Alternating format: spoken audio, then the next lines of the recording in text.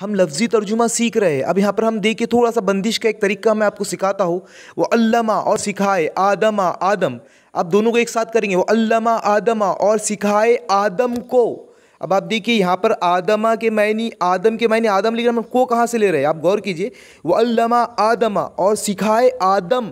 अब कुछ सेंटेंस बन नहीं पा रहा, हालांकि ग्रामेटिकल एतबार से वो हम सीख जाएंगे, ग्रामर जब हम देखेंगे, लेकिन यहाँ पर हम लफ्ज़ी तर्जुमा देख रहे हैं।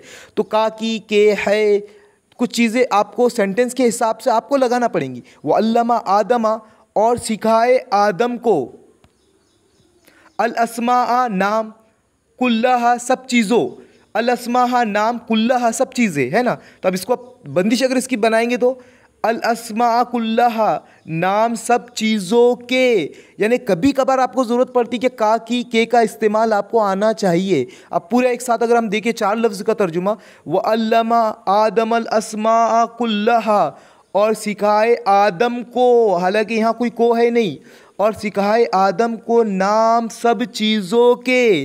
इस तरह से आपको बंदिश बनाना पड़ेंगी।